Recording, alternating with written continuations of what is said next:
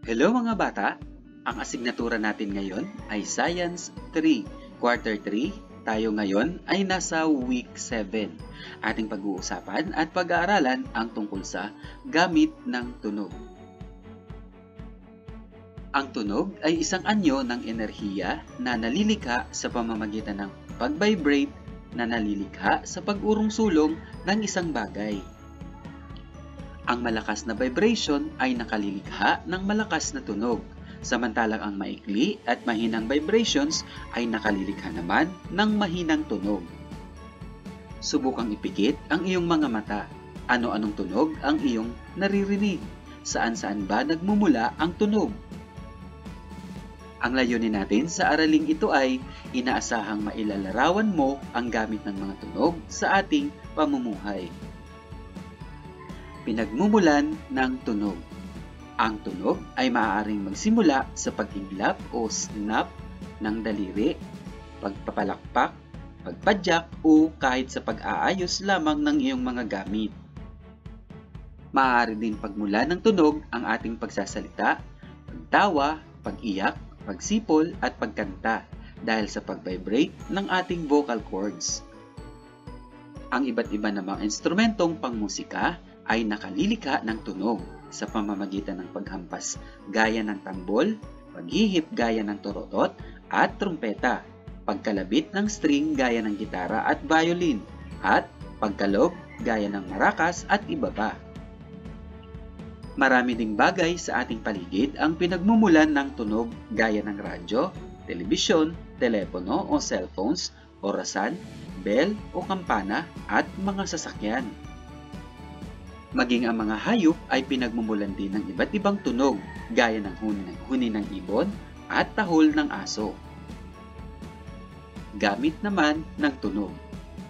Ang iba't ibang tunog na ating naririnig ay may iba't ibang gamit. Ang mga tunog na nalilikha sa pagsasalita at pagkanta ay ginagamit sa pakikipag-usap o pakikipag-ugnayan. May mga tunog na nagsisilbing musika. Ang tunog ay maaaring gamiting senyales o babala sa panahon ng sakuna gaya ng lindol, sunog o bagyo. Ang tunog ng truck ng bombero ay nagpapahiwatig ng sunog. Ang tunog ng ambulansya ay nagpapahiwatig naman na kailangan itong bigyang daan dahil nanganganib ang sakay nito. May mga tunog na nagbibigay ng musika at impormasyon gaya ng mga nagmumula sa radyo at telebisyon. Ang tunog ng kampana ng simbahan ay hudyat na magsisimula na ang misa. Ang tunog naman ng alarm clock ay nagbibigay hudyat na oras na ng paggising. Ang busina ng mga sasakyan ay nagbibigay babala upang maiwasan ang sakuna. Mahalaga ang mga tunog, ngunit ang sobrang malalakas na tunog ay maaari ring makasama. Subukan natin gawin ngayon ang gawain sa pagkatuto bilang isa.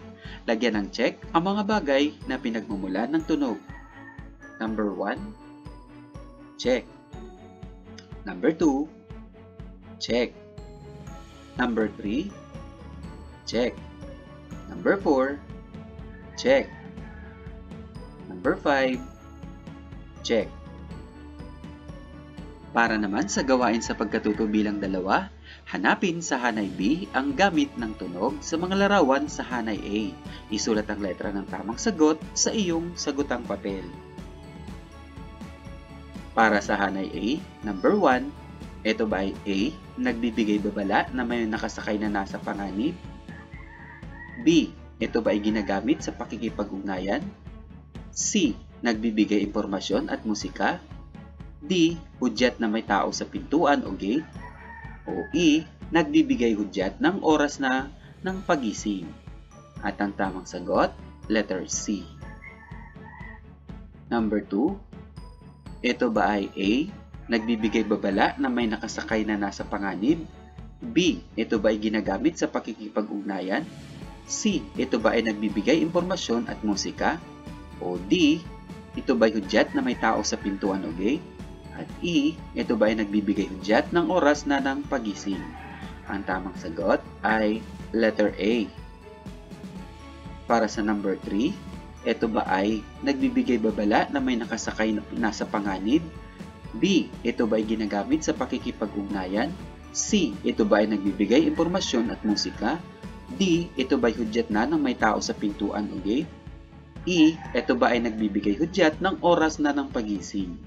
At ang tamang sagot, letter B. Para sa number 4, ito ba ay nagbibigay babala na may nakasakay na nasa panganib? B. Ito ba ay ginagamit sa pakikipag-ugnayan? C. Ito ba ay nagbibigay impormasyon at musika? D. Ito ba ay hudyat na may tao sa pintuan o gate?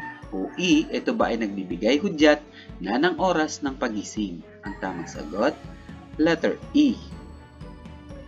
Para sa number 5, ito ba ay nagbibigay babala na may nakasakay na nasa panganib?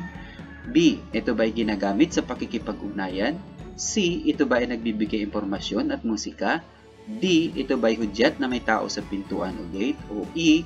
Ito ba ay nagbibigay hudyat ng oras na ng pagising? Ang tamang sagot ay letter D. Para sa gawain sa pagkatutubilang 3, ilarawan ang gamit ng tunog sa sumusunod. Number 1, ito ay hudyat na mayroong misang gagawin. Number 2, ito ay hudyat na mayroong pasyenteng kailangang madala sa ospital. Number 3, ito ay hudyat na mayroong tawag.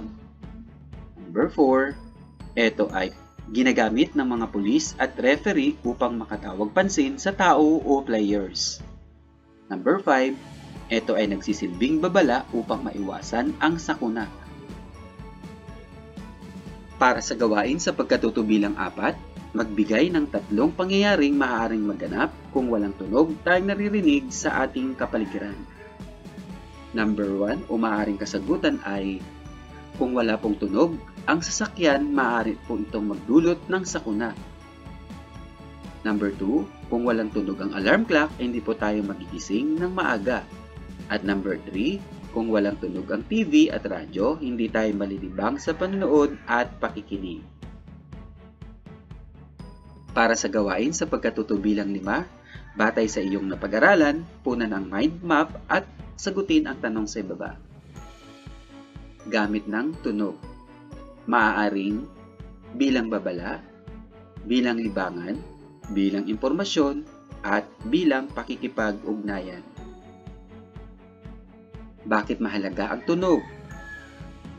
Mahalaga ang tunog sa buhay ng isang tao dahil ito ang nagbibigay kulay, buhay, babala, hudyat, at pakikipag-ugnayan upang maintindihan natin ang mga bagay-bagay.